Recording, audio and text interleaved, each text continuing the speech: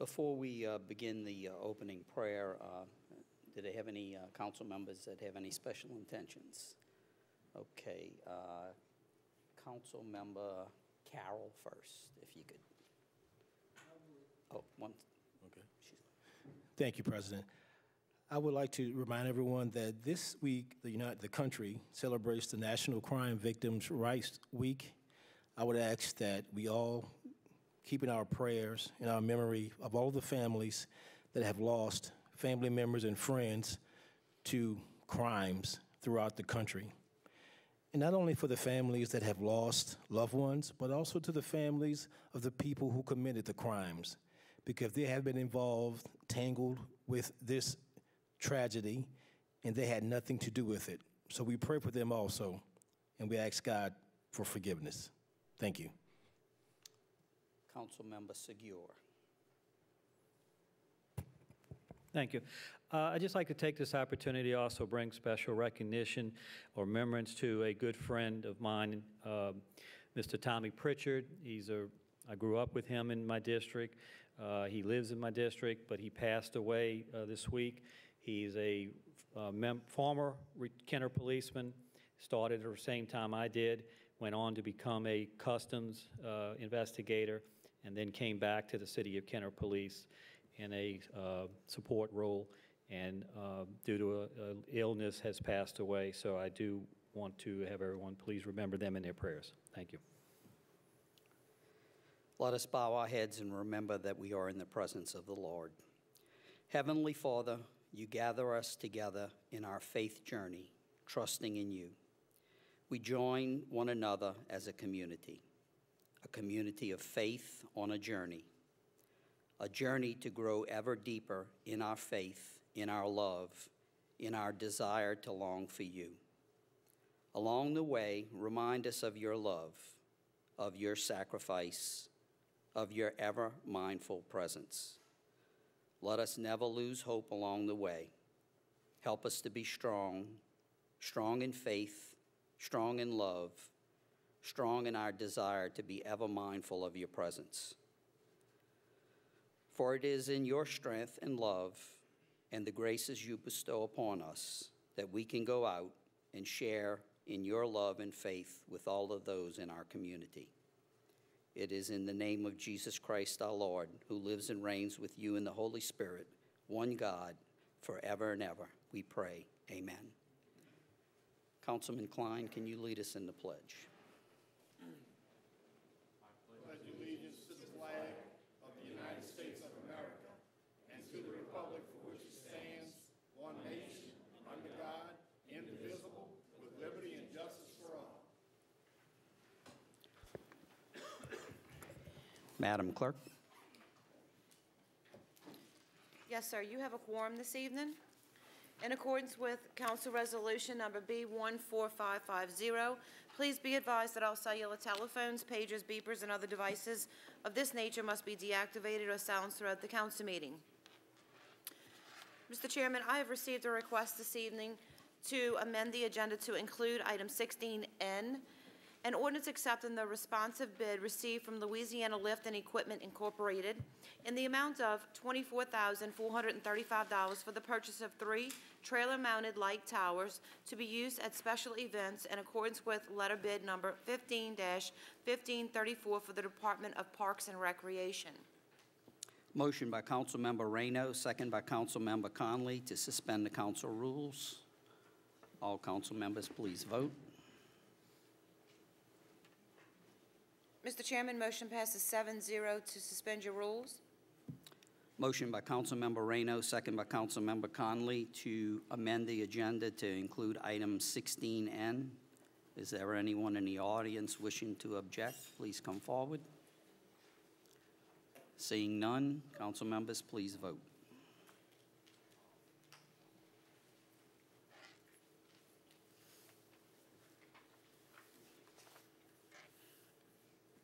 One more?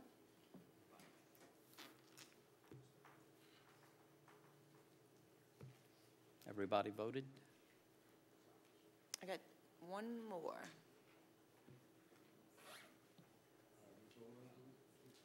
Now I got 2. Mine's blinking. There we go. There you go. Mr. Chairman, motion passed 7-0. Thank you. Under the consent agenda this evening, we have item 1, approval of minutes, the regular council meeting of April 9th, 2012. Item 2 is approval of alcoholic beverage permit applications. We have none. Item 3 is approval of bingo and public gathering applications. Item 3A is application number 1879-15, American Cancer Society to hold a public gathering on May 16th from 3 p.m. to 11 p.m. for the purpose of a fundraiser at Mus Bernalino Stadium in Kenner, Louisiana. Item 3B is application number 1880/15, City of Kenner to hold a public gathering on May 22nd, 23rd, and 24th of 2015 from 8:30 a.m. to 10 p.m. for the purpose of an AVP tour event at Lake Town in Kenner, Louisiana. That concludes the consent agenda this evening, please.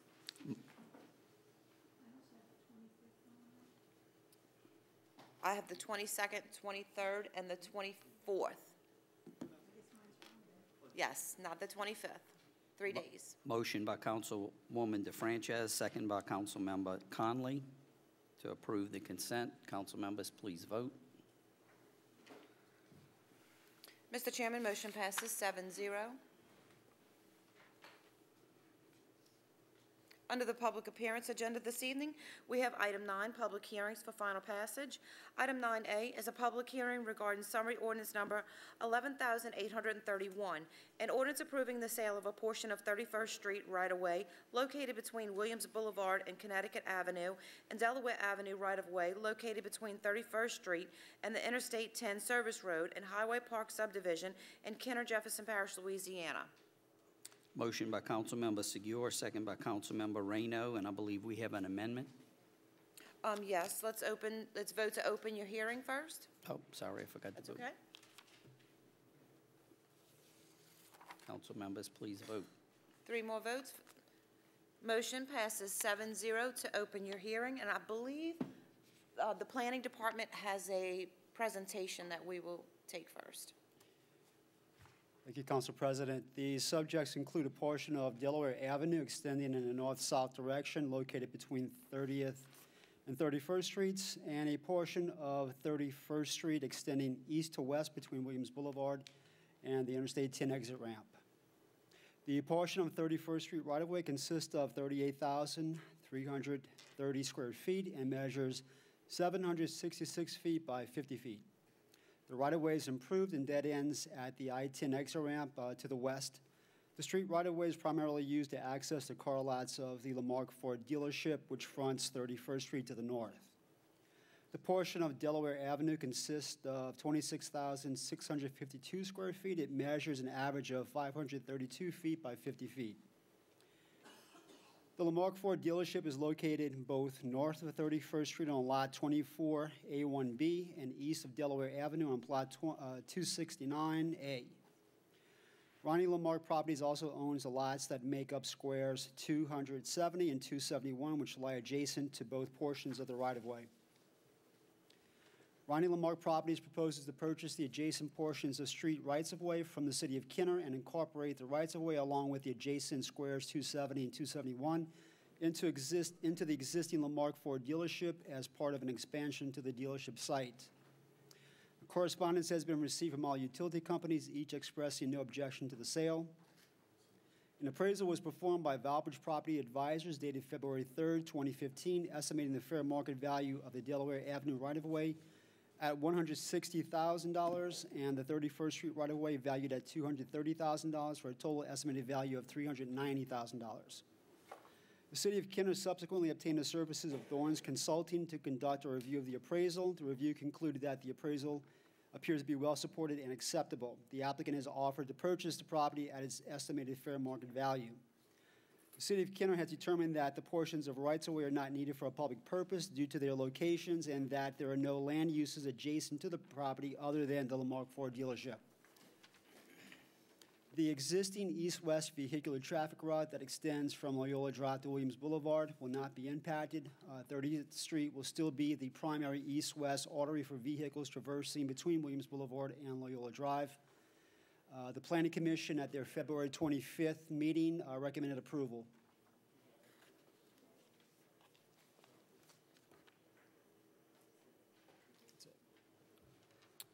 Thank you, Mr. Hebert. Is there anybody in the audience that would like to speak on this? If you could give us your name and address for the record. Good evening. My name is Alvin Meester. I'm an attorney with the firm of Sher Garner. Our office address is 909 Poydras, Suite 2800 in New Orleans, and I'm representing Ronnie Lamarck Properties in this application. I'm speaking in support of it, and if there are any questions, I'm here to answer them. Thank you. Thank you. Any council members have any questions? Okay. Thank you, sir. Okay, Madam Clerk, we have an amendment. Yes, we have a motion to close by Segure and Reyno to close your hearing Yes. first. Go ahead. Motion by Councilmember Segure, second by Councilmember Reyno. To close your hearing. All council members, please vote. Mr. Chairman, motion passes 7-0 to close your hearing.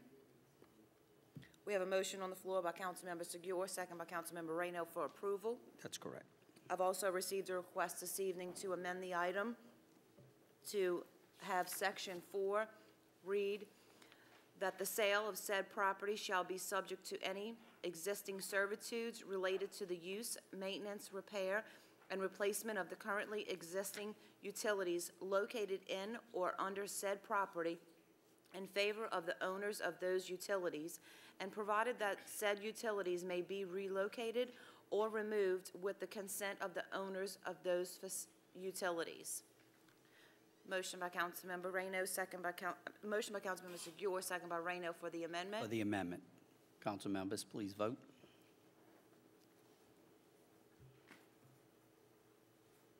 Motion passes 7-0 for your amendment. And now we're going to vote on the legislation. Yes, sir. You're back on your original approval as amended. Okay. Motion by Segure, second by Reyno. Council members, please vote. Councilman Carroll, do you want to speak? Oh, did you want to Before we speak, vote? Councilman Carroll? Okay, sorry about that. Councilman Carroll, you have Thank the you, floor. thank you, Mr. President. I just wanted to digress a little bit, I guess. Originally, when we changed the ordinance to the way it is reflected now, that I was adamantly against it. My position hasn't changed. You know, I will be supporting this today because of my relationship with the councilman for that district. I am supporting him on this because he's comfortable with it, and I think it is something that I should support if he is. But I just wanted to state that if this was District 1, I would not be supportive of it for my previous reasons. And I just wanted to make that statement once and for all. And from this point forward, I won't. I'll just respond accordingly. Thank you, Mr. President. Thank you. Councilman Carroll? Seeing no other discussion, council members, please vote.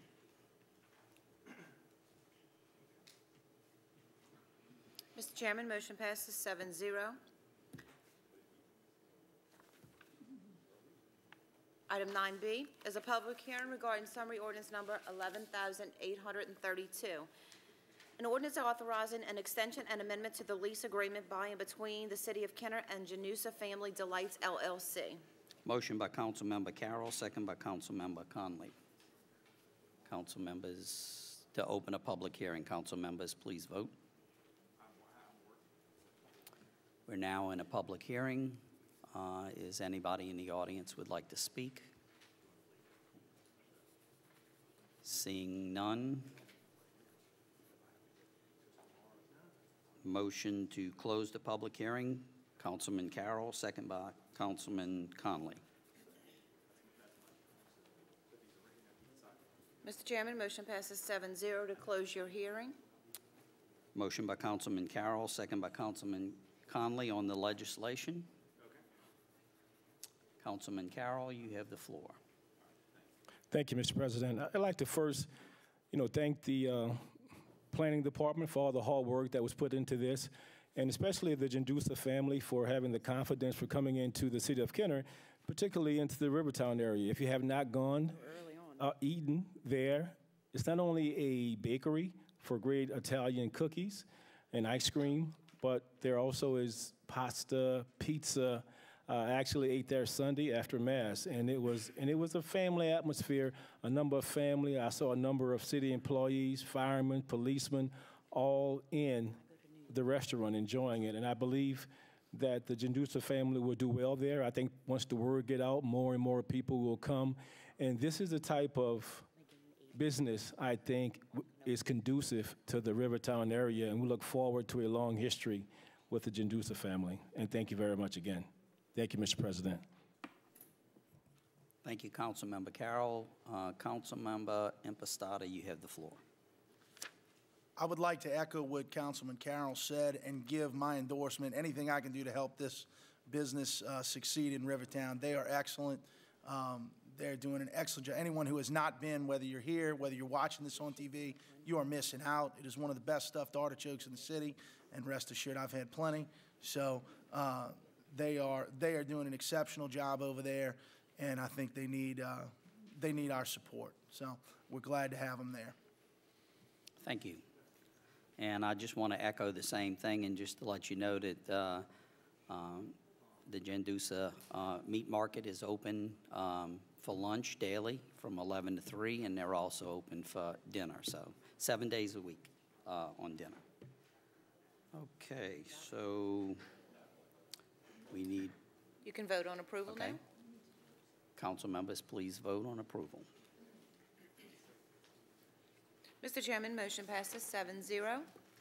Item 9C is a public hearing regarding summary ordinance number 11,835. An ordinance approving a conditional use for a warehouse to be located on Lot 21A, Square 20, Crestview Office and Industrial Park Subdivision in Kenner, Jefferson Parish, Louisiana, which property is zoned AH1 Aviation Heavy Industrial. Motion by Councilmember Carroll, second by Councilmember Impastato. And Mr. Hebert, you have, If we could vote on opening the sorry, hearing? I did that again. It's okay. Sorry.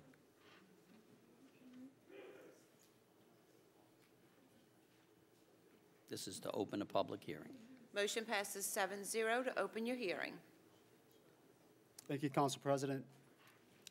Lot 21A fronts West Union Street and is generally bounded by West Hamlet Street to the south, Crestview Avenue to the east, and Tyler Street to the west.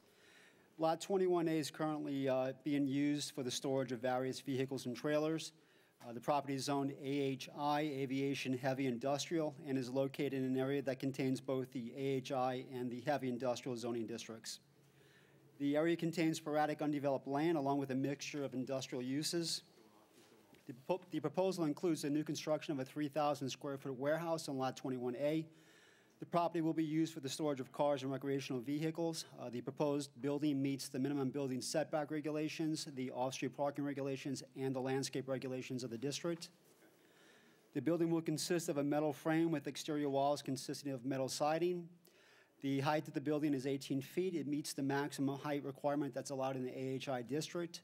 Correspondence has been received from the utilities, all indicating no objection to the proposed development.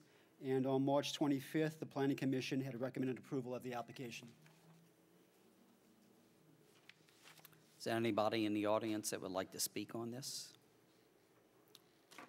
Seeing none, motion to close the public hearing by Councilman Carroll, second by Councilman Impastato. Council members, please vote.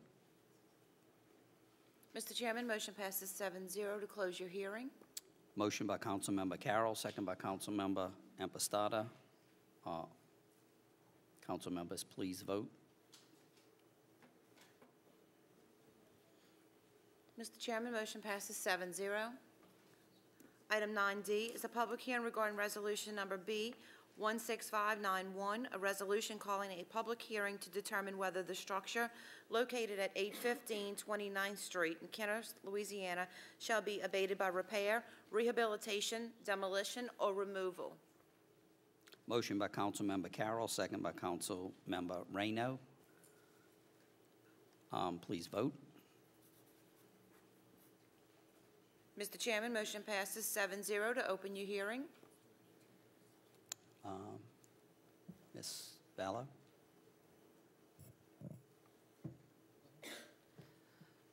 The structure in question is a pile-supported slab structure bearing municipal address of 815 29th Street. The property is owned by Mr. and Mrs. James LaPrime.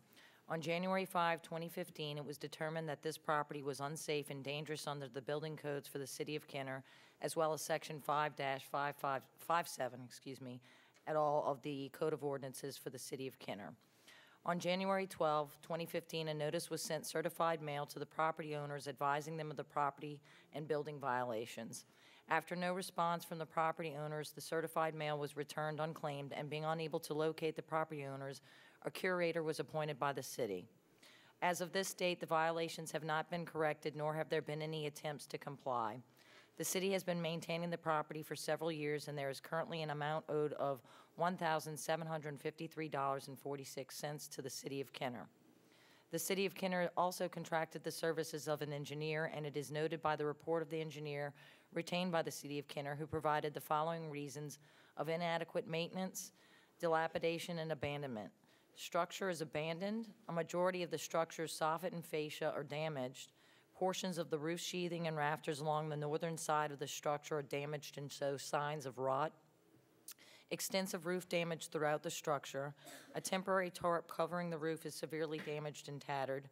Copious amounts of trash and debris throughout the interior of the garage. Portions of the exterior sheathing on the garage have fallen off, thus exposing the interior walls to the elements. Based on the report of the engineer, the building poses a serious public hazard due to the current condition of the structure and the surrounding conditions, and recommend the city take the steps necessary to declare it a public nuisance and have it abated by demolition or brought up to the current city codes and ordinances. Thank you. And is our curator here? Good afternoon, council members. My name is Sophie Diane Rosado of the Rosado Law Firm. I was appointed by the City of Kenner to locate Nellie Alvarado, wife of, and James H. LaPrime. I ran an internet background search on Intellius for both of these defendants. I called all numbers on the Intellius reports for both defendants, to which I was unable to make contact with either of them by phone, as the number just rang until they were disconnected with no voicemail and no answer. I then certified mailed 6 letters to the addresses provided on that search. Of the 6 letters, 5 were returned unclaimed. 1 letter to 125 Manor Drive in Ponchatoula, Louisiana, 70454 was not returned. I looked that tracking number up on USPS.com, which the printout shows notice was left for that property on March 19th of 2015. It was undeliverable as addressed, and it was also noted that the person had moved and left no forwarding address on March 31st of 2015. The United States Post Office tracking printout for that letter is attached in my curator's note of evidence as part of Exhibit B. Not convinced the named defendants had been found, I ran an ad in the Times-Picayune on March 20th, 22nd, and 25th of 2015, asking if anybody knows the whereabouts of these individuals concerning property rights to please contact me at my phone number. To date, I have not received any phone calls regarding this property, and those are the steps that I took to locate the named defendants, and my search is concluded. Thank you, Ms. Rosado. Thank you. Motion, is there anybody in the audience that would like to speak? Seeing none, motion by Councilmember Carroll, second by Councilmember Reyno to close the public hearing. Council members, please vote. Mr. Chairman, motion passes 7-0 to close your hearing. Motion by Councilmember Carroll, second by Councilmember Reyno to vote on the legislation on approval. Council members, please vote.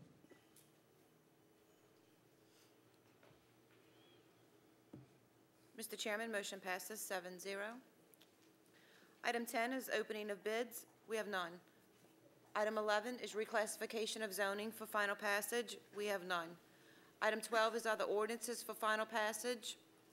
Item 12A is summary ordinance number 11,834, an ordinance setting out a master plan for the operation of Kenner's playgrounds, parks, and play lots that incorporate sports academies at designated playgrounds to take advantage of the changing face of youth sports programs in the metropolitan area and around the country, including guidelines for the Parks and Recreation Director. Motion by Councilmember Impastato, second by Councilmember Klein. Council members, please. Oh, you ready? Okay. Councilmember Impastato, sorry. No, that's okay. Thank you. This legislation is the result of a year-long effort by the administration, particularly the CAO, Mr. Mike Quigley, Recreation Director Ken Maricoli, and myself, who traveled, through various parts of the state to try and analyze what we perceived as a problem or a challenge facing the Kenner's Recreation Department. As someone who was raised in our Recreation Department and has coached somewhere in the neighborhood of 1,000 different kids in our playground system, this is an issue that is very near and dear to me. And so we took this on to try and see what was going on within our department, within our system, that might need to be addressed. Because what did we see? We saw dramatic declines in participation. We've done some research and we analyzed some numbers. Just to give you an idea of the problem that we suspected and we have confirmed numerically is there. In baseball, from the year 2003 to today, we have had a 60% decline in participation. In softball, girls softball, from 2003 to today, a 55% decline in participation. In girls basketball, same time period, 59% decline in participation. Boys basketball, almost 25% decline in participation. The challenge before us, though, is that decline in participation does not match up with our population. We have not had a 60% decline in population in the city of Kenner. So we were forced to look and see what was going on, and we learned a number of things. And we studied not only our own system, but we looked around the state to see if other people were seeing a similar issue, and they were. And we tried to study what did they do to try and address the problem. And one of the things we learned is that specialty programs, specialty training are a demand that is substantial for the citizens of the city of Kenner. It's substantial for people statewide. People are wanting, in particular sports, specialized training and specialty opportunities that are a little bit different than what maybe we've been used to in the city over time. It is an issue that the city currently does not provide an opportunity for these families to serve that need, which is why we're seeing those 60% numbers, because they're getting it. They're getting that demand served elsewhere, not in Kenner. We want people here, eating here, playing here, working here. Well, they can't play here and be provided the things that they want at this time completely. So this is an effort, this is an opportunity to help serve those needs and provide an answer to that demand without jeopardizing the system we currently have and without jeopardizing the needs of the citizens in Kenner who are comfortable with the Recreation Department as it is now. This is a way to include everyone and make sure that everyone has an opportunity to compete and participate and make sure that their needs for recreation are served right here within the city of Kenner. So part of this is designating facilities in a series of categories. One would be play lots, which are basically non-sports related activities that take place, little playgrounds for kids. Another one is to designate certain parks as playgrounds, where we have our current standard recreation activities taking place. And lastly would be academies, which are more specialized training facilities that the city currently does not provide. I want to make clear, nothing in this legislation privatizes any single facility. It does not. What this does is allows the city and encourages and says that the administration and the council will do a wholesale evaluation of every single facility in the city of Kenner and determine what is the best utilization of each one of those facilities. If these specialized training programs can be served by using our current recreation department, employees, staff, and whatnot, then it will be. However, if the best needs are served by bringing in a third party to operate at one of these facilities, then at that point in time, a proposal will be brought forward to this council for its review, for its analysis, and for its approval at that point in time. That is not happening at this moment. This is simply designating that this is the process to be followed going forward in the future. And just to give a background, the same problems we've had have occurred in East Baton Rouge, Mandeville, Nord, Slidell. What have we seen them do? Nord, East Baton Rouge, Mandeville, privatize their entire recreation department systems, the whole system. We're not doing that. That's not what's happening today. What have we also seen? Tax millages, tax increases. As much as 8 and 9 mills that are being proposed in Slidell right now to cure some of the problems we're having. In East Baton Rouge, 14 mills of property taxes are levied by their privatized recreation department to serve their needs. Just to give you some perspective, the entire city of Kenner runs on roughly 17 mills for everything. That's not what's happening today. So what we have is an administration and a council that is trying to satisfy these same needs without increasing taxes, without privatizing the entire system like other places have done. So that is why we believe this is the best solution with the opportunities we have to solve that issue. And additionally, it allows families the freedom of choice, the ability to choose what place best serves their family needs. Families have changed. 2 working spouses. Sometimes they're staying with grandma. Sometimes they're staying with aunts, uncles, their friend at school. This allows them the freedom to choose, is Buddy Lawson the best place that serves our needs, or is it Mus Bertolino? It's up to the families, and the families in Kenner get the freedom to decide that. We've seen it work in other jurisdictions, and it seems to be working well. And so we believe this provides the families with the opportunity to control their own destiny, to decide as citizens what area provides for their kids what they feel is best. And this puts the control in their hands. And last but not least, I wish we had a crystal ball that could guarantee and promise that this was going to solve everything. If we had that ability to predict, I might be in another line of work. But the reality is, it's an effort. In all these years when the decline has taken place, no action has been taken.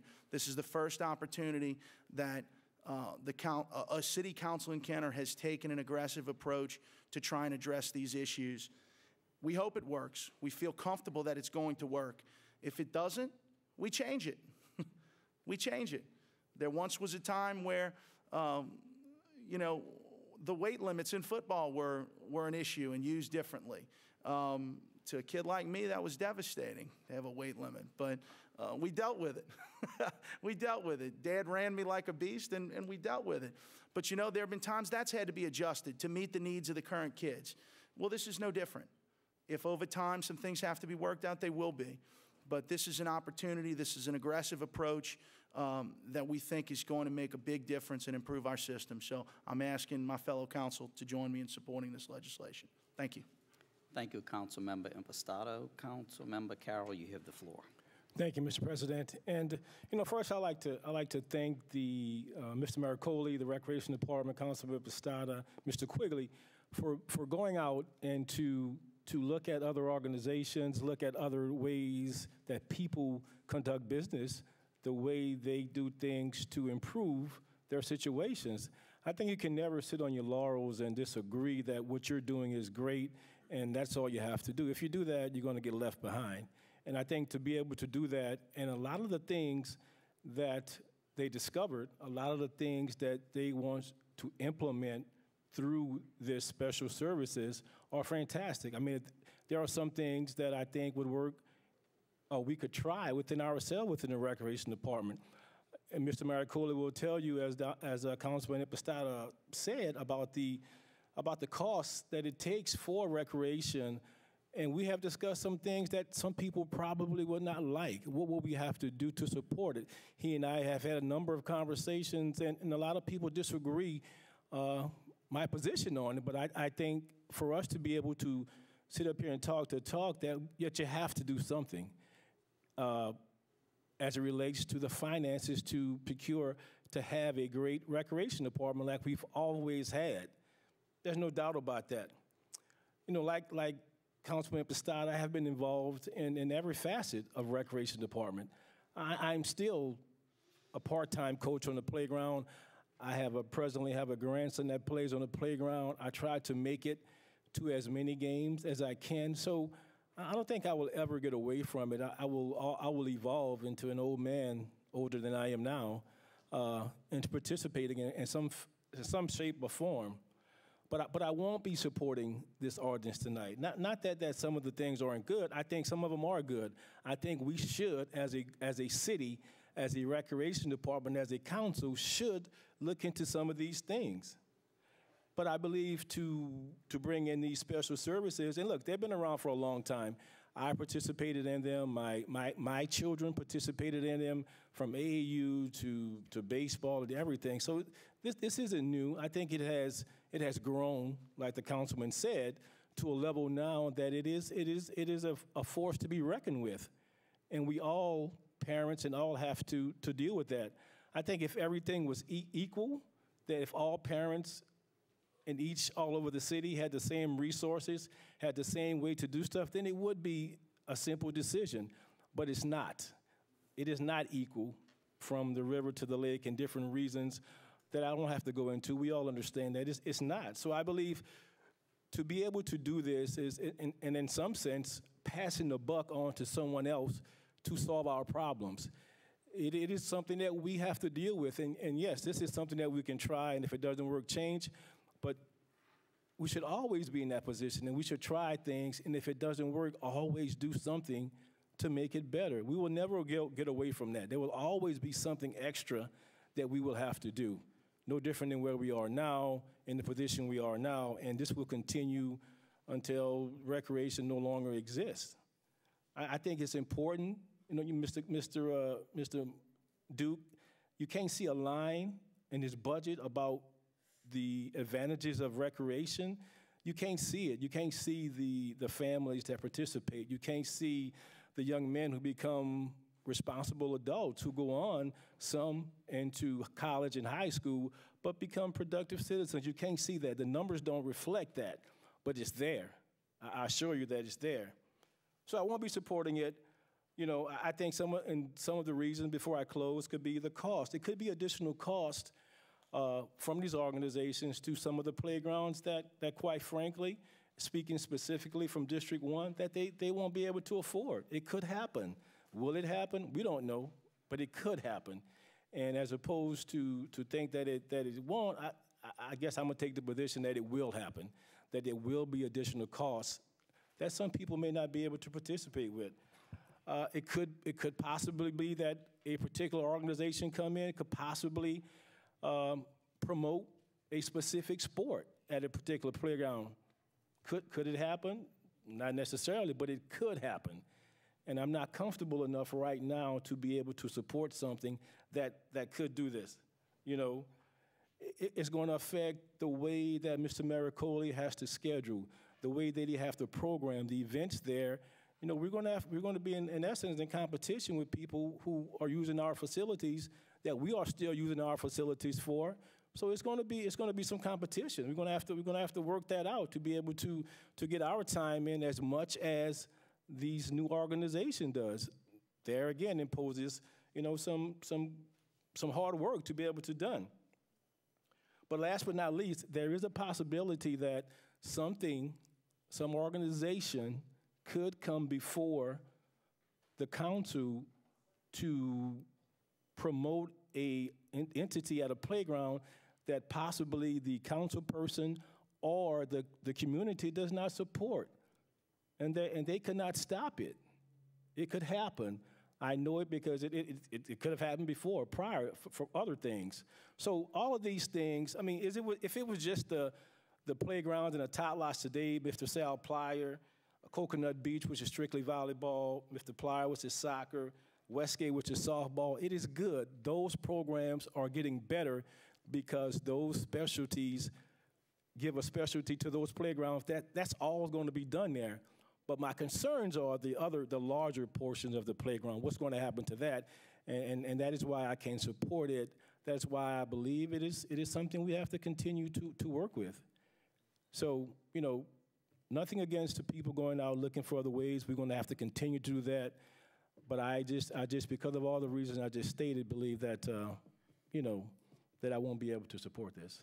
Thank you, Mr. President. Thank you, Councilmember Carroll. Councilmember Segura, you have the floor. Thank you. Mr. Maricoli, a couple questions for you, please.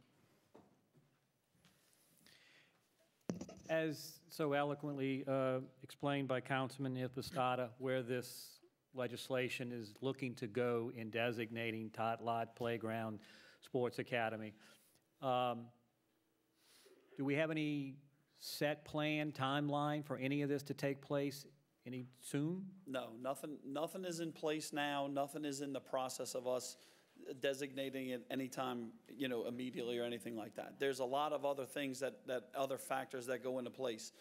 There's a lot of other meetings that we need to look at. There's a lot of other, opportunities that we need to look at prior to that. Okay. The definition tot lot, is that just basically identifying a piece of ground where younger kids play at, I presume? Correct. The rest, the playground will just be the definition of city-owned facilities that will still be used within your recreation's control. Correct.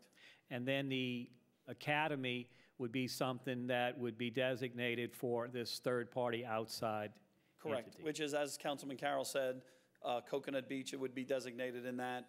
The Sal Playa Field with Louisiana Fire would be designated with that, and the Westgate Playground at this time would be designated. And before any of that redesignation would take place, a plan would be presented through a public format for the city constituents to be aware of, and then also for us to approve. Absolutely. Okay. So there would be plenty of time for questions and answers when that time comes into play to make those information available and get those questions answered. Correct. When and if. When and if, I understand. The if is, we're doing this with the potential that I'm sure there is an if, but I agree, the when is what Correct. No scheduled timeline right now. Okay, thank you. That's all I had, just to clarify some of these issues on these definitions and when it could happen. Thank you. Thank you, Councilmember Segura. Councilmember Klein, you have the floor. Thank you, Mr. President. In today's environment, sports is popular, as you know. For instance, the Saints, the Pelicans, and so on. It goes all the way down to kids 5 and 6 years old. So I think the sports academies are very popular nowadays. There's none in Kenner right now. We should have that. That would be progress, and I'm all for progress. And as you know, sports is very specialized now, as other aspects of life are. Everything's more specialized. Law is more specialized, medicine's more specialized, and engineers more specialized, everyone. So this would give our city an opportunity to go forward and have a sports academy, or perhaps more than one. This will, I think, benefit the recreational department. It will benefit the city, and obviously it would benefit the kids. And we are faced with declining enrollment at certain playgrounds. This would give us an opportunity to increase enrollment at certain playgrounds. And so I think the overall benefit is a positive benefit to Kenner in the future, and I think that's what all the administration and the council favors, is progress, and let's move us forward, and let's do some good. Thank you. Thank you, Councilmember Klein. Councilmember DeFrances, you have the floor. Thank you, Council President. First of all, I want to compliment the administration and Mr. Maricoli and Councilman Impastato for taking the time to learn about other municipalities, how they're handling these problems, and other cities throughout the state. It's important. Knowledge is important. You can't make an intelligent decision, good, bad, or indifferent. Whatever you decide it is, that this is good or this is bad, or you have no real feeling about it, you can't really make an intelligent decision unless you have knowledge, unless you know really what the facts are. And so I compliment them first for getting the facts. Secondly, I would like to thank Councilman Impastato. I think he did a very good presentation in explaining exactly what you all have learned by going throughout the state and looking at other cities and seeing how they are implementing similar programs. With Councilman Impastato's permission and the Council President's permission, I have just a couple of quick questions to Councilman Impastato, just to maybe clarify it even a little bit further. I think it was done very, very well. But sometimes just mentioning things again in a different way clarifies it. First of all, what I see, Councilman Pastada, is that we not only have we not made any decisions, but we can't really move forward, even really getting into any details without this legislation, because this legislation gives us options. Am I correct that this is really about giving us options of what we can or may do in the future, but what, not necessarily, as we mentioned, what we will do in the future? Is that correct? Yeah. Your mic should be on. You good? Oh, my options are yes or no. Thank you. Please. Yeah. Yeah, I think that's a fair assessment.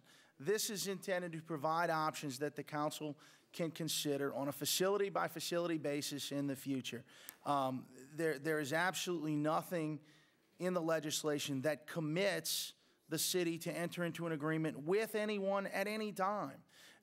Any concerns about a particular organization running a facility, that sort of thing, that's all got to be presented to the council.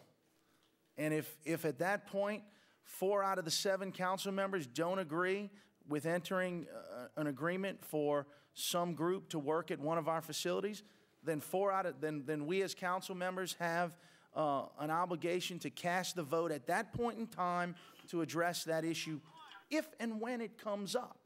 That's the issue. So this is about setting up a system, setting up a potential designation for options in the future. That's right. This does not directly impact any particular facility at this point in time. And we did discuss that, you and I, earlier, to make sure that that was actually the decision, that no one, not one playground, is being looked at and said this one will be eliminated or turned into a sports academy. Am I correct? Well, there's no one. At this moment in time. This legislation is not directed on any particular facility, but what has to happen is an honest evaluation of every single facility to determine if, in fact, the citizens in our community are using that facility, or if there is a way to provide a usage that serves the city as a whole at a particular facility. So there's 2 ways to answer it: either no, none are particularly at issue, or all are at issue. Exactly. Because everyone needs to be looked at with hardcore decisions that are tough, that are not, nobody's happy about this. But the reality is we've got to find a way to make sure all of our citizens are getting served in the way they feel is best. And there was one other thing I learned that we had discussed and I thought was important, and that is that our children have the opportunity and the ability, if we should go further with this and actually develop this, sport academies, that they could play at one of the academies and still participate in sports at any of the given playgrounds. Am I not correct? That's actually an excellent point, and I'm glad you asked me that. I unfortunately left that out of the initial presentation unintentionally. What this does is encourage the participation in our current system. See, that's the problem. That 60% number, they're leaving and they're gone. They're not doing anything at our facilities. They're not spending money at our gas stations, at our restaurants when they're going and playing elsewhere. What this does, by coordinating the schedules, by putting the provisions in there, actually what it does is says, all you guys who are leaving, all you guys who are going elsewhere, we're giving you an opportunity to stay here and play in our system. And if you want to go elsewhere to do something specialized, you have the option. You can go do it. So yeah, what it actually does is encourage participation in our current system. And I thought that was an important point that you and I discussed earlier, and I wanted to make sure that was clear to everyone. Yeah. Thank you so much for allowing me to ask the questions. Thank you, Council President. Thank you, Councilmember DeFrancis.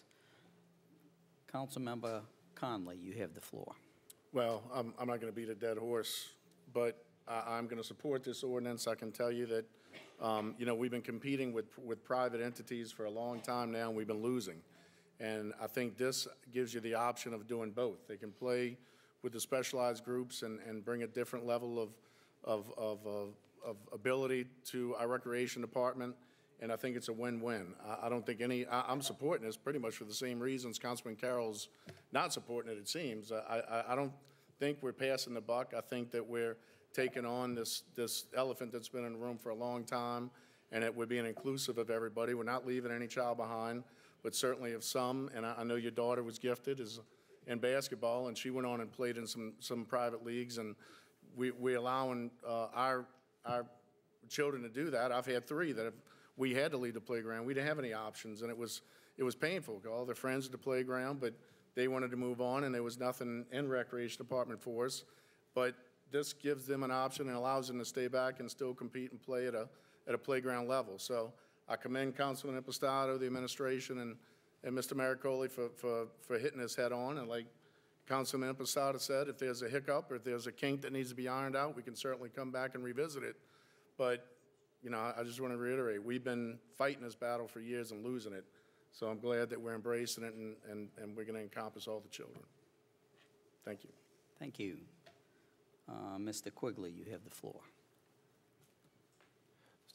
Certainly, the academy portion of this ordinance is an important portion of it, and as Councilman Impastato said, that will be addressed in the future, but this enables us to have these academies. But the other part of this is it restructures how we're doing our recreation department, and this thought that we have boundaries, these strict boundaries, has really fallen by the wayside in the past. I mean, we've not been able to maintain that because we simply don't have enough participation. So this gives away, I mean, this takes away these boundaries that really don't have any meaning whatsoever anymore. People nowadays are much more mobile. Both parents work. Oftentimes they go to their grandparents or relatives or babysitters. So having these restrictive boundaries just makes no sense in this day and age. And this does away with the boundaries and allows people to go where it's best for them. It's not where they're going to think it's going to be the best teams. It's going to be best for where they can go. And another thing it does is good programs need participation. You need kids, kids, kids. And unfortunately, we don't have a lot of kids anymore. And this is going to allow us to concentrate our kids all in one area. One of the most successful programs around is in Mandeville. Well, they have a completely different philosophy than we did. Our philosophy is based on the old-fashioned way, when kids rode their bikes to the playground. Kids don't ride their bikes to the playground anymore. We don't even need bike racks anymore. The parents bring them. And in Mandeville, the parents bring them all to one location. So they have thousands of kids. They can have tremendous leagues. We don't have that anymore. You know, we're all nostalgic for the old days. You know, I spent 31 years in the recreation department. I'm very nostalgic about the old way of doing things, but you got to pull your head out of the sand and you got to join them. You got to join them. That's what they're doing now. They're bringing their kids. They're bringing them kids to wherever they want to bring them, or if they're both working, they have to go where they're going to go. So this addresses reality. You know, we can be as nostalgic as we want, but this is what's going on now today. This is very, very progressive. I tell you what, we're doing something that a lot of people are just trying to be nostalgic or keeping their head in the sand. This is very progressive. We're going to be a leader in this. This recreation department's taking the lead in doing things and addressing it the way it should be done. It's also requiring the Parks and Recreation Director to do an online centralized registration. You know, we got people that go to a playground where there's hardly any registration, and we don't know what happens to them because there's no kids there. They register. They don't know what to do. We're forcing Mr. Maricoli and the Recreation Department to do online centralized registration. We're doing something that Baton Rouge, we're trying to do a pilot program that Baton Rouge does very successfully. Baton Rouge has probably got in my opinion, is a nationally ranked recreation department. There's no denying that. They are tremendous. And what they do is they have a situation where they don't register. Everybody thinks you register individuals. They have situations where they don't register individuals. They register teams. They have longstanding coaches that go out and recruit kids, bring the kids together, and they register their team. a portion of this is a pilot program that we're going to do, and we're going to try to amend it where we met with Councilman Carroll, and he suggested that we do it only in older kids. So we're going to amend it where in older kid programs, the recreation department will try to get long-standing coaches that have a good rapport and good backgrounds and so forth. And instead of this the same old, let's register the kids, hope they get registered at the playground that has no kids. You know, we're going to let coaches go out and get their kids and register the team. This is very innovative. This is progressive. This is addressing things the way they are now. And that's what other people that have real good recreation, and I'm not criticizing our recreation department, but you know, if you want to compare, try to compare in Breck. Breck has a tremendous recreation department, and they do things very progressively. And this is something, we're taking a little bit of good from everybody. So I think this is one of the most progressive things the city will do. It also says we're going to maintain and promote the regular programs that we've been having. So it's not like we're going by the wayside. We're just going to say we're not doing what we're still doing the same thing at the playgrounds, but we're going one step beyond that. We're taking a real progressive approach. I think this is something that just has to be done. The administration is wholeheartedly behind this. We ask y'all's support, and I believe 2 and 3 years from now, we're going to be wondering, why didn't we do this 15 years ago? Thank you, Mr. Quigley, and I want to say something before you close, Councilmember Impastato. You know, this is about giving our children choices. It's about giving the families choices where they can go other places and do traveling teams or whatever. And I think that's what we need, more choices today. So I want to thank Councilmember Impastato and Mr. Maracoli and the administration. This is great legislation, and I will be supporting it.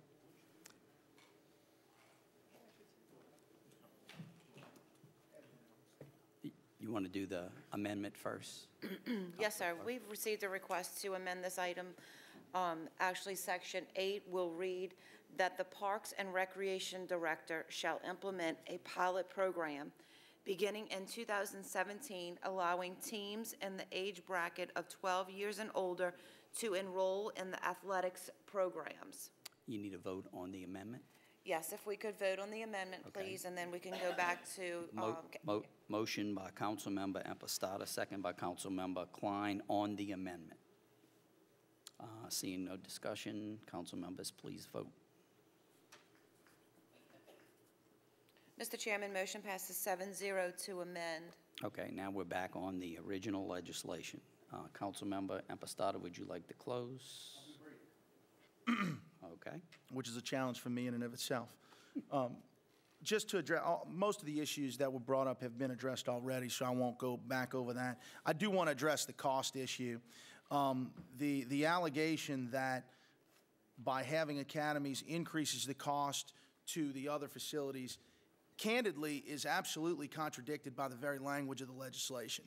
I think a fairly clear reading of the legislation shows that's not even remotely close to being accurate. So not a single thing in this legislation increases the cost of $1 to the citizens in this community. If they choose to participate in a more specialized program, then they'll choose to do exactly what they're doing today and spend additional money. But everything that is provided today, everything that's been provided for the last 30 years in Kenner Recreation will be provided tomorrow, next year, the year after, and on to infinity for as long as the city of Kenner is able to generate sales taxes and have a budget. So any concern about cost, any accusation about cost being passed on to the state, to the other people who don't participate in the academies is simply unfounded. And again, if somebody doesn't approve of a group that's going to work in that facility, then we as council members will exercise our ability at that point in time. Thank those of you who have stated your support for the legislation, and I hope I can get your vote in a second. Thank you. Thank you, Councilmember Impastato. Okay, council members, please vote. Mr. Chairman, motion passes 6-1. Councilmember Carroll is opposed.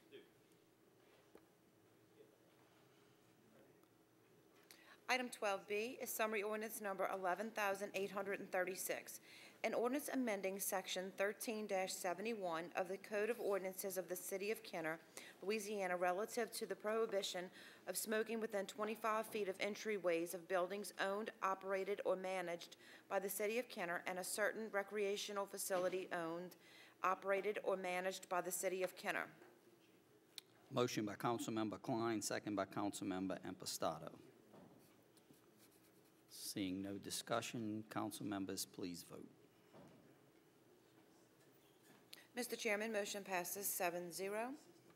Item 12C is summary ordinance number 11,837, an ordinance amending Article 18, Section 18.01, and Article 4, Section 15-51.1, to provide for and establish criteria to define and identify heavy commercial vehicles and clarify the regulation of both on- and off-street parking of heavy commercial vehicles. Mr. Chairman, we've received a request to indefinitely defer this item. Motion by Councilmember DeFrances, second by Councilmember Conley on indefinite deferral. Please vote. Mr. Chairman, motion passes 7-0. Item 13 is resolutions and motions by council members. Item 13A is a resolution acknowledging April 2015 as Fair Housing Month and reaffirming that it is the policy of the City of Kenner to provide within constitutional limitations for fair and equal housing opportunity throughout the City of Kenner. Motion by Councilmember Conley, second by Councilmember Reyno. Seeing no discussion, council members, please vote. Mr. Chairman, motion passes 7-0. Item 13B is a resolution approving the submission of an application and request for funding to the Louisiana Department of Transportation and Development for the Safe Routes School Program to improve pedestrian safety to Chateau Elementary School. Motion by Councilmember Klein, second by Councilmember DeFrances. Seeing no discussion, council members, please vote. Mr. Chairman, motion passes 7-0. Item 13C is a resolution reappointing Mr. Chad Held to the Municipal Fire and Police Civil Service Board of the City of Kenner, whose current term expires on July 30th, 2015, for an additional term of 3 years. Motion by Councilmember Conley, second by Councilmember DeFrances. Seeing no discussion, council members, please vote. Mr. Chairman, motion passes 7-0.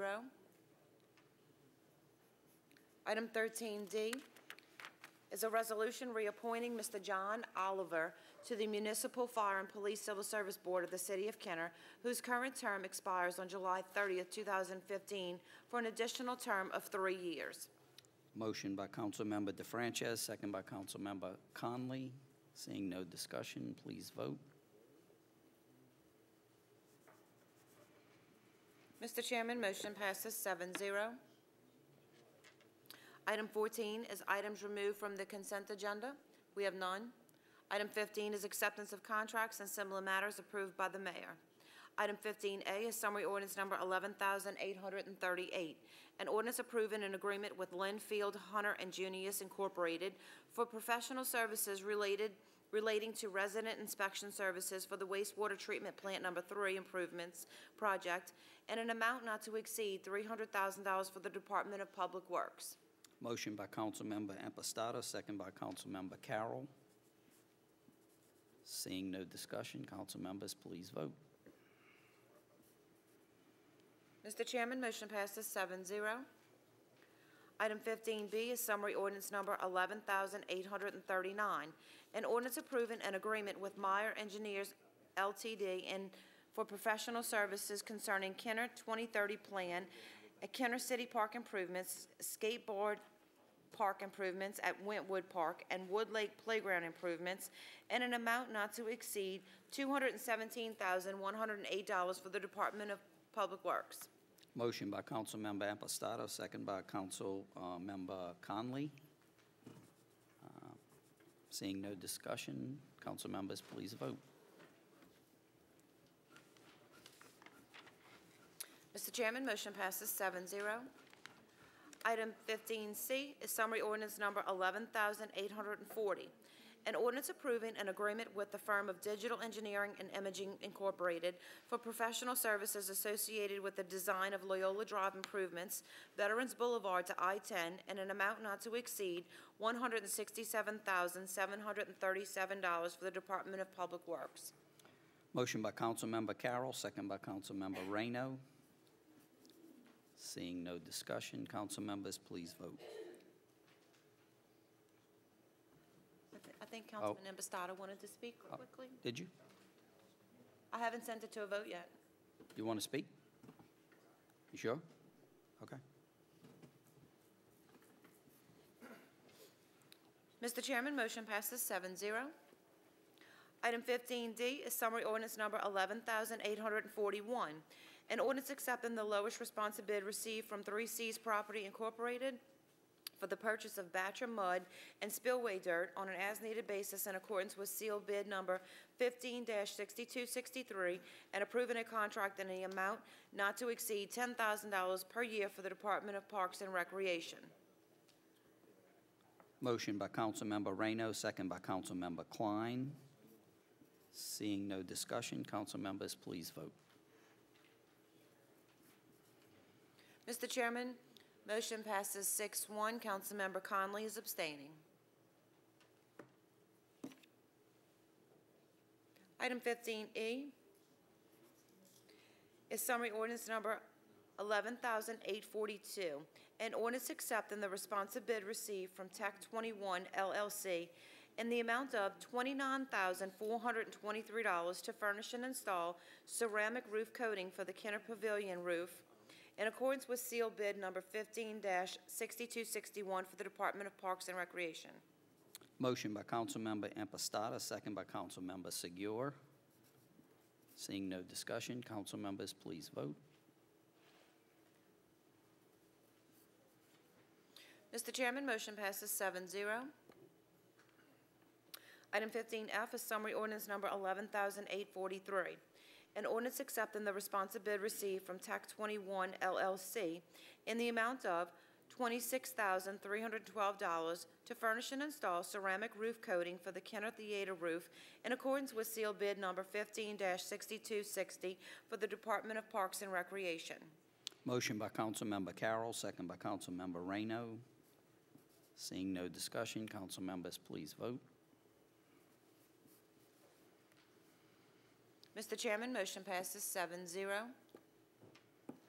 Item 15G is summary ordinance number 11,844. An ordinance accepting the lowest responsive bid from RAMJ Construction LLC for an annual contract to provide cleaning and flushing subsurface drain lines as needed in accordance with sealed bid number 15-6258 and an amount not to exceed $200,000 per year for the Department of Public Works. Motion by Councilmember DeFrances, second by Councilmember Conley. Seeing no discussion, council members, please vote. Mr. Chairman, motion passes 7-0. Item 15H is summary ordinance number 11,845. An ordinance accepting the lowest responsive bid received from Gottfried Contracting LLC in the amount of $186,300 to furnish and install a carbon absorption system with wet hydrogen sulfide monitors and a bio-trickling filter system for the lift station at 39th in Arkansas in accordance with seal bid number 15-6257 for the Department of Public Works. Motion by Councilmember Segura, second by Councilmember Reyno. Mr. Gonzalez, can you just kind of briefly discuss what this is far as this an odor control problem that they're having? Yes, this is the sewer lift station that is adjacent to, I believe, the Green Lawn School. Right. And over the years, we have had a few complaints regarding odor problems. So what we're doing is, you know, we're putting a state-of-the-art odor control unit out there in an effort to eliminate all those odor problems. And we put one of those already when that was under my district. Not as sophisticated as this one. Okay. All right. I just wanted to know because, you know, we spent a lot of district money on what we put there, and I thought that that resolved the problem. I didn't know. It's now in Councilmember Seguir's district, so, you know, I don't get the calls anymore, so I guess maybe he's not getting calls now. Okay. All right. Council members, please vote. You want to talk? Oh, I'm sorry. That's okay. Thank you. Mr. Gonzalez, you and I have spoken many times about odor problems at the MEDOC station. And just to go along with what Councilman Moreno just mentioned, we have tried, and I will tell you, Councilman Moreno, we have spent so much at the MEDOC station to try to address the odor problem. I think Councilman Klein will agree with me. And we have improved the problem. The odor problem is not as great, but no matter what we've done up to this point, it has not totally eliminated the problem. And when I spoke to when I spoke to Mr. Gonzalez earlier about this system, he told me that it is state-of-the-art. We're hoping that it will truly address the problem at Green Lawn, especially because we have children there. And whenever you have an odor problem, it also means that other problems could result from that station. And we're hoping that that if it works there, we can use it in other areas, in other parts of the city, yours and my district and any other district that has a similar problem. So I just wanted to put that on the record. Thank you. Thank you, Council Member. Hearing no other discussion, Council members, please vote.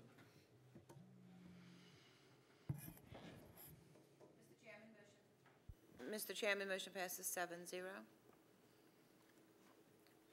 Item 15I is summary ordinance number 11,846. An ordinance accepting the lowest responsive bid received from Smith & Wesson Corporation for the purchase of 194 Smith & Wesson M&P 40 caliber semi-automatic pistols with night sights and associated magazines and magazine disconnect safeties in the amount of $75,660 and declaring 194 used Smith & Wesson M&P 40 caliber semi-automatic pistols with associated night sight and associated 3 magazines no longer needed for public purpose upon receipt of new pistols and authorizing the trade-in of said used pistols and associated equipment for a trade-in credit value of $360 per unit in accordance with seal bid number 15-6264 for the Kenner Police Department. Motion by Councilmember Conley, second by Councilmember Klein. Councilmember Seguir, you have the floor. I just wanted to perhaps give the chief an opportunity to explain what this is for. Sure. Smith & Wesson recommends changing.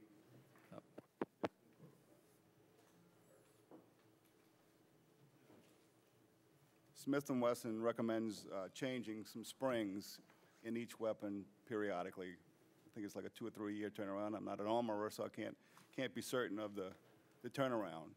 And we placed an order last year for the parts to replace for the 194 guns we have now. The order sat somewhere, so we inquired about it, and Smith & Wesson came back and offered to replace the weapons we have now with the identical gun if we trade the ones we have in for the cost of the parts. So for $30 a piece, we're getting all new guns.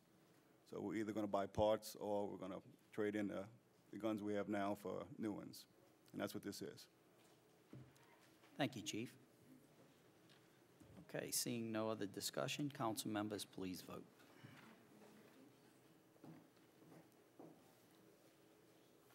Mr. Chairman, motion passes 7-0. Item 15J is summary ordinance number 11,847, an ordinance approving the utilization of Jefferson Parish Sheriff's Office contract number 15A-1501 with Lamarck Ford Incorporated for the purchase of vehicles on an as-needed basis in an amount not to exceed $900,000 annually. Motion by Councilmember Klein, second by Councilmember Seguir. Seeing no discussion, council members, please vote. Mr. Chairman, motion passes 7-0. Item 15K is a resolution approving change order number 1 to the contract with Crown Architectural Metal Company, LLC, dated November 24, 2014, regarding the re-roof of halls A, B, and C damaged from Hurricane Isaac, which results in a net change of $0 to the contract amount. Motion by Councilmember Reyno, second by Councilmember Conley. Council members, please vote.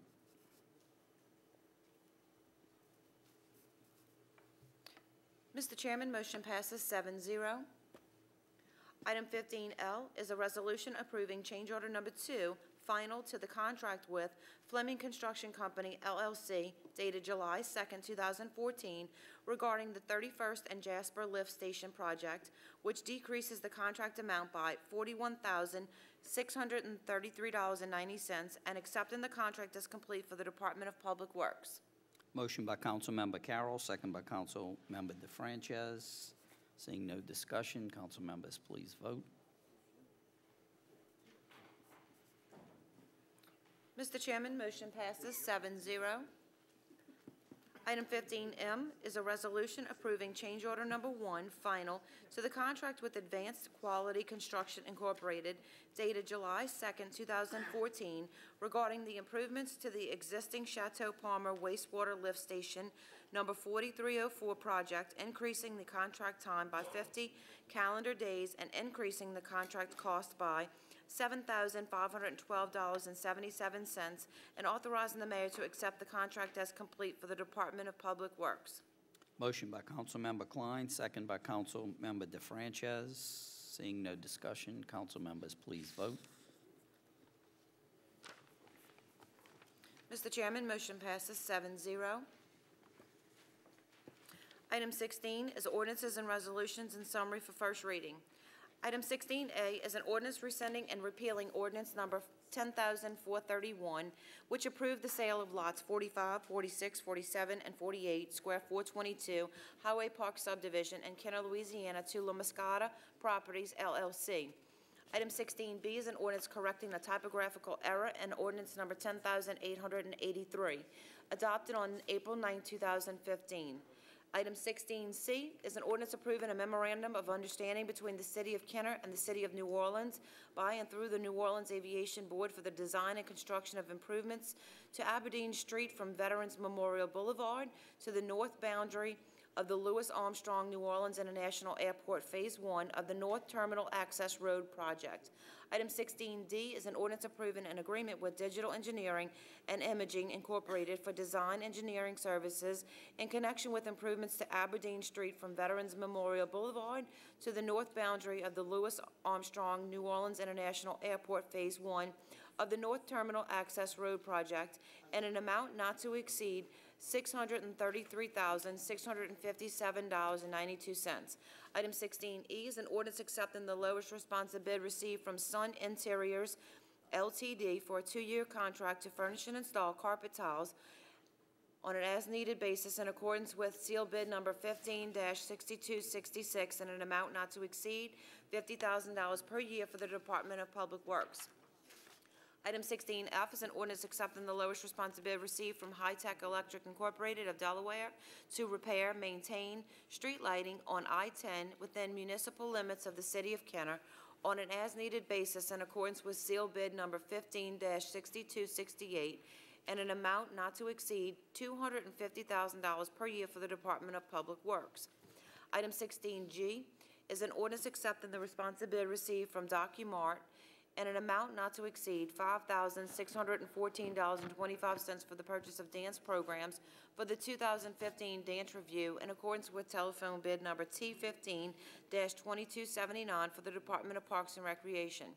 Item 16H is an ordinance accepting the lowest responsive bid received from Notico Industries, LLC for an annual contract to supply street light poles and accessories on an as-needed basis in accordance with seal bid number 15-6270, and an amount not to exceed $150,000 per year for the Department of Public Works. Item 16I is an ordinance approving the utilization of state contract number 409913 with ARCCO Company Services Incorporated for the purchase of stationary and towable generators in an amount not to exceed $100,000 for the Department of Public Works. Item 16J is an ordinance ratifying the United Healthcare of Louisiana policy and rates for health insurance coverage for the City of Kenner employees, retirees, dependents for the fiscal year of July 1st, 2015 through June 30th, 2016, as set forth in their proposals. Item 16K is an ordinance ratifying the proposal from AMRISC LP for the renewal of the commercial property insurance for the period of June 1st, 2015 through June 1st, 2016. Item 16L is an ordinance amending the 2014-2015 operating budget to reallocate $61,726 from a vacant position in the council office to the Kenner Police Department and the Fire Department capital. Item 16M is an ordinance granting to Entergy Louisiana LLC a right-of-way in servitude to provide electric service to the new Kenner Food Bank facility on Lot 11A, Square 28 in Kenner Subdivision at 317 Oxley Street in Kenner, Louisiana. Item 16N is an ordinance accepting the responsive bid received from Louisiana Lift and Equipment Incorporated in the amount of $24,435 for the purchase of 3 trailer-mounted light towers to be used at special events in accordance with letter bid number 15-1534 for the Department of Parks and Recreation. Item 17 is reports from the council and our special committees. Councilmember Klein, I believe you had requested. We had a pothole on a service road near the entrance to Target that has been repaired. And we worked on that for a week or so, maybe a little bit longer to get it repaired, but we now have it repaired. The mall repaired it themselves. Thank you. Thank you. Councilmember DeFrances, you have the floor. Thank you, Council President. Chief, I just wanted you to have the opportunity to mention to the public, the Kenner Police Department is going to have a Buckle Up in Your Truck occupant protection campaign. Would you like to mention something to the general public about it? Yes, I do have. Tomorrow? It is April 24th through Thursday, April 30th. There you go. We have a grant for increased enforcement for seatbelt safety in trucks. Statistically, trucks have a higher rollover rate and a higher occupant death ratio than any other, I guess, personal vehicle. Most people don't, well, say most people, a lot of areas of the state, people in pickup trucks just do not wear seatbelts. They jump in, drive around, and when they roll over, they become the statistic. So we get an annual grant to increase the enforcement, and beginning tomorrow is when we are going to be using up the grant funds to increase the enforcement and the awareness of wearing seatbelts in pickup trucks. So that's what this program, that's what it's designed to, the safety in pickup trucks. Thank you, Chief, and I thought it was important for the public to be aware of it. I found out that 25% of the vehicle fleet in Louisiana actually are pickup trucks, and that they have a high percentage, like you said, of accidents. It was amazing to me how many people were actually killed in motor vehicle deaths were actually because of truck drivers and occupants who didn't have their seatbelts. So I know it's all about safety. It's not about anything other than safety, and we want to protect the public. Thank you, Chief. Thank you, Councilmember DeFrances. Ms. Newton, you have the floor. Ms. Newton? I just wanted to remind everyone that May 1st we'll start the Music in the Park series, and May 2nd, that Saturday, we'll start the Movies in the Park series. Every Friday, Music in the Park is from 6:30 to 9:30. More information's on the Kenner website, and the movies start at 8 p.m. So we hope families will join us. Thank you. Mayor Yenna, you have the floor. Just wanted to bring this up. Of course, the Times-Picayune, NOLA.com, and The Advocate have some great articles. The Advocate, in their print edition today, talks about Fleet Week coming into town, which is the ships have all arrived today. We've got some great ships from the U.S. Navy. We also have 2 ships from the Royal Navy and several Coast Guard ships that'll be in port all the way through about next Thursday. The ships will be open mainly from 12 to 5 daily. They're free tours of all these ships down in the Mississippi River, all through behind the Convention Center, all the way to the Governor Nichols Street Port. And if y'all could just spread that on your on all your website, your Facebook pages, and all, try to get the word out. This is the 100th anniversary of the United States Navy Reserve, which of course I'm a proud member of. And you know, when you look at what the Navy Reserve has done for the history of our great country, most of the men and women that fought in World War II were all Navy Reserve members. So, you know, we have a lot of commemoration going on for the centennial this year, and it's a great thing that I hope a lot of Kenner residents can go out to and enjoy. They'll be doing different tours of all the ships. They have a lot of VIPs coming in town. The World War II Museum's having a big gala on Saturday night that you can buy tickets if you'd like to go. So anybody interested in Fleet Week, this is the conclusion of the War of 1812, which of course ended in 1815. So the first Fleet Week in New Orleans that we had was in 2012, and now this is the culmination of that. We don't have as many ships as we had in 2012, but we have a great group coming out here. The Wasp, which is the largest ship, it's an amphibious ship that's out there, actually aided in Hurricane Sandy relief efforts. When Hurricane Katrina happened, we had the USS Bataan, which is the same type ship. So you can almost take a photo of how the Bataan looks sitting where the Wasp is today at the same pier at the Julia Street Wharf, and go back to Hurricane Katrina. It was the same type ship, and those ships also go in and aid, you know, different countries. They have a lot of Marines on those ships. So we will have thousands of sailors throughout the city of New Orleans over the next couple days. Thank you. Thank you, Mr. Mayor. Madam Clerk.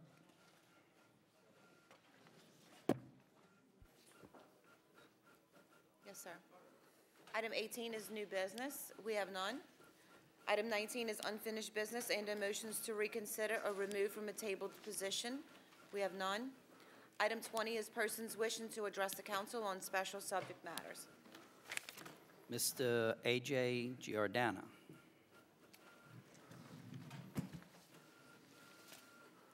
Could state your name and address for the record, sir.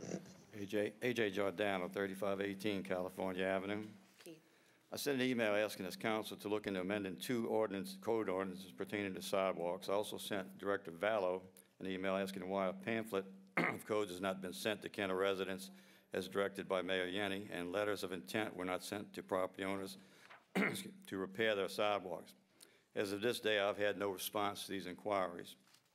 For the new council members, of whom may not be aware of, this is what I've been trying to accomplish for 2 years. Number 1, have the police department enforce the laws that are written pertaining to vehicles parking on or over sidewalks. Number 2, have property owners repair and or replace sidewalks as it states in the Code of Ordinances. Number 3, have the grass cut that has grown over the sidewalks.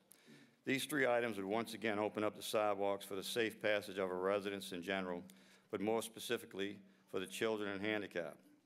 Council members, I've been trying to get some action on these items since July of 2013.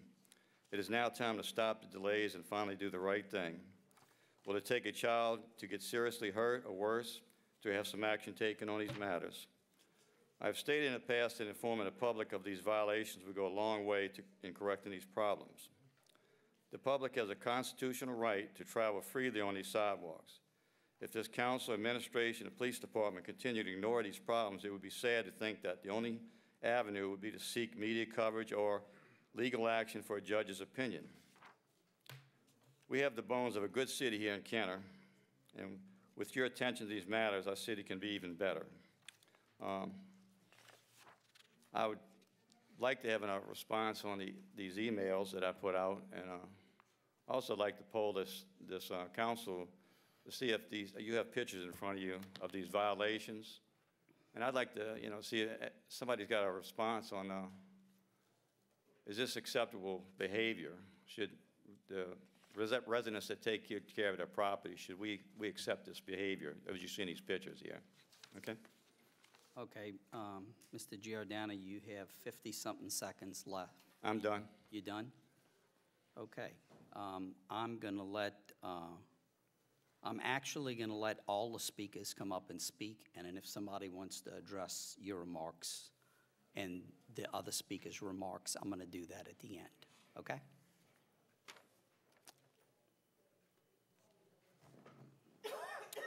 Mr. Jack Zewe. Hi, Jack. Good evening. I haven't spoken, my name is Jack Zewe, 3221 Illinois in Kenner. I've been a resident of Kenner for 38 years. I haven't spoken publicly since June of 2014. I haven't spoken to Mayor Yenny since October of 2011. My theory last year was that if I remained silent, maybe things would calm down. They haven't. The rhetoric last year escalated. In October of last year, Mayor Yenny referred to me as a nuisance to this city, followed by sworn testimony where he referred to me as a stalker. That's a criminal charge. My wife was very upset. So I told her, I said, maybe he knows something I don't know. So I did a public records request on myself, federal, state, and local.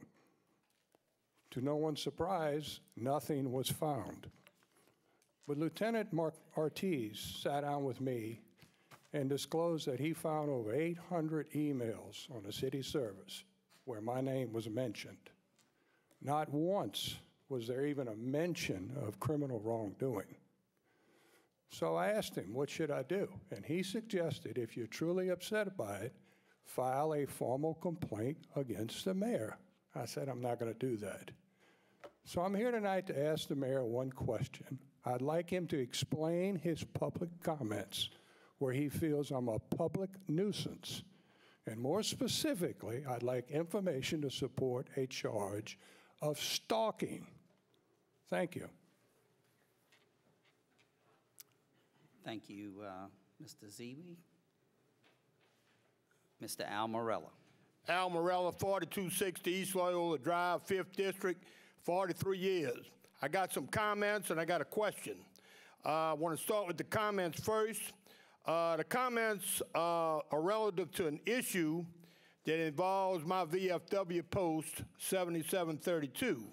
It was reported to myself and the other members by our current commander that early last month he unsuccessfully tried to contact the mayor's office with a proposal to name the walkway leading to the memorial, the Veterans Memorial in our park, to dedicate it to Mr. Henry Hank Polito.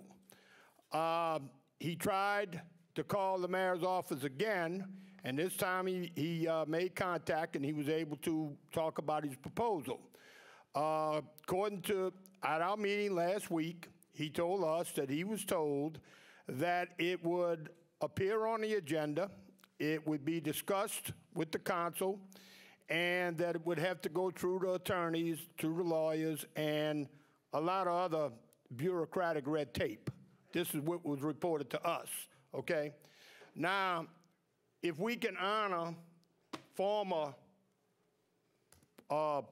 political people that served the city of Kenner, that was supposed to, you know, city officials, former city officials, that was elected to serve the public of Kenner, but unfortunately served themselves more than they served the public, and in the end, they was held accountable for their actions. We certainly could honor a decent human being like Henry Hank Polito and name that walkway in his honor. Mr. Polito served his country in Korea. Mr. Polito was a co-founder of 7732 and served as its commander for 42 years. He was a Kenner policeman for 20, 10 years as a volunteer firefighter, drove a school bus for Kenner for 35 years, gave a lot back to his community. Now, my question is, I want to know, where do we stand on this issue, and are we going to make this happen at the memorial service on May the 21st? Mr. Polito walked that walkway many times since they first started observing Veterans Day and Memorial Day and laid that wreath. And I think it's only fitting that we get this done and we get it done Memorial Day, May the 21st. How much time I got left, Keith? 15 seconds. Okay, real quick. Atmos Energy is replacing gas meters in the city of Kenner. what they call smart meters. Anything with the prefix smart on it don't mean anything good. So I would like for Councilman Impastato here, and maybe the two council at large, invite these gentlemen back down here that you invited last time and explain to the citizens of Kenner exactly what the components are and exactly what these smart meters are designed to do. Thank you, Al. Thank you. Okay, does anybody want to comment on anything?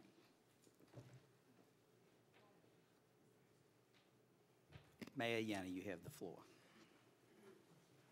Yes, as far as Mr. Polito goes, I don't know why. I didn't hear about the first phone call, but I called one of the members of the Polito family shortly after he died, telling them I was planning on naming the walkway after Mr. Polito. Nobody told me that. That was something I decided to do because, yes, he did walk that walkway several times since we moved the event over there. No one from the VFW gave that idea to any of us. That's something we felt was appropriate to do for him, and we are totally honoring him for that event. I don't know where there was any miscommunication or anything like that, but I spoke to his daughter shortly thereafter his death. I couldn't make the services because of some military duties, but I told them we were going to be doing something to honor him as far as naming that walkway. So I don't know where the disconnect was, but it's going to be done. Thank you, Mayor.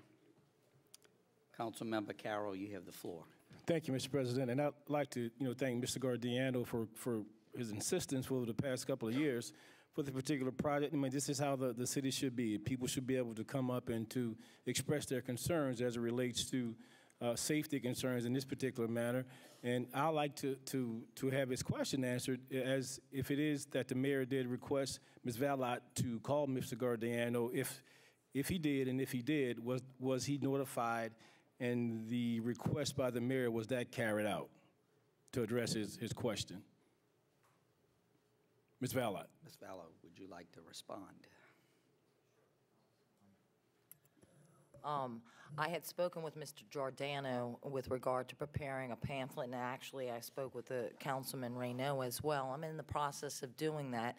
Additionally, there's going to be an article in the Kenner Star which addresses the sidewalks as well, and I believe the article that I prepared for the Kenner Star also has that in there. But I am working on a pamphlet for the we have frequently asked questions on the code enforcement website, which also addresses those issues as well. But I'm working on preparing a pamphlet, or actually it will be a one-page letter. And I have personally walked the street that Mr. Giordano lives on when I first got this job, and actually handed out that ordinance to each of the property owners on that street as well. Thank you. Mr. Giordano, would you like to come up and respond to Ms. First, I'd like to say, I think this is where it starts. I think it starts within the neighborhood to be able to pass. Councilman Carroll, I'm not going to let a discussion go here. If you want to comment on what he said, that's fine, but I'm not going to allow where we go back and forth. Just I just want to know if my question was, did Mr. Giordano get their information? And you can just shake your head up or down or yes or no.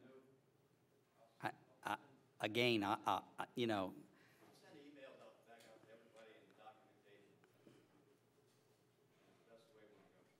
Okay, well, just let me finish my comments that I believe this is the way to address this, to start within the neighborhood, especially in the ones that it is more prevalent, to be able to pass out information to them to let them know that they may be causing safety hazards. And if Mr. Giordano did not get this information, then we should follow through and give him the information that was requested by the mayor, that he receives it. Thank you, Mr. Giordano. Thank you, Mr. President. Thank you. Councilmember Impastato, you have the floor. Ms. Vallow, I'm sorry. And maybe this is for Chief Glazer. Is it correct? I mean, I assume it is illegal to park across a sidewalk. Is that true? There's a city ordinance prohibiting it, yes. Okay. I believe we've talked about it in the past when these complaints have been raised, and due to the volume of vehicles, I would assume enforcement of that is a challenge. Am I right? It would be a challenge, yes. Okay. I mean, is that why? Is that really the ultimate issue? Is just that the manpower it would take to enforce Yes, that? We prioritize enforcement, and speeding is the biggest complaint we have. And they come in daily. And you don't have enough to even man the speeding issues in the city, right? Not really, because it's ongoing, and Yeah. people even give the specific times and locations of speeding. Most of it is early morning, people leaving for work, and then returning in the afternoons, and all day during weekends. Yeah, so we prioritize the speeding. We have, Mr. Giordano and I have spoke before about it, and he recommended putting a traffic guy, just one traffic officer involved in enforcement. It's not logical. We have 2 a shift. We have a tremendous amount of traffic crashes in and around Kenner. And when these guys aren't actively investigating a crash, they're completing the reports. We just don't show up, and when we leave the scene, it's not over. There's paperwork involved. And for example, if we have a major crash that takes reconstruction, it takes even longer. So to take a traffic officer and assign it to the sidewalk obstructions, it wouldn't be feasible. All right, thank you. All right. Councilmember Segura, you have the floor. Thank you, Mr. President. Just to carry forward Mr. Impostato's question, but to Chief Glazer and Ms. Ballard, I understand the chief's concern. It's certainly a time-consuming for him and his police officers to address that level of a violation. Ms. Ballard, is it not something that your code enforcement inspectors can issue summonses on? Or Mr. Power, whoever? Mr. Power? Oh, thank you. An opinion issued by one of my predecessors in the city attorney's office indicates that the code enforcement department cannot enforce police regulations. It would require a complete revision of the code of ordinances to allow them to issue what is essentially a traffic citation. Okay, well then, is that something that we should look at to perhaps change the code of ordinance, to change it from a traffic citation to some other type of violation to where code could go issue a summons? I mean, I'm just trying to find an answer here. We all bouncing around. If the police cannot do it, and I respect that, we cannot just tell the people, hey, it's not going to get done. If it just means, based upon that learned opinion that was issued previously, that that we need to perhaps maybe change that and allow a code enforcement inspector who's in that area to just issue the summons to get them into court to address it. I will be happy to have my office look at that and make a recommendation to the council after I discuss it with Ms. Vallow as well. I understand. I know she'll have an issue at some point with time with her people, but we still have to find a solution. Thank you. Okay.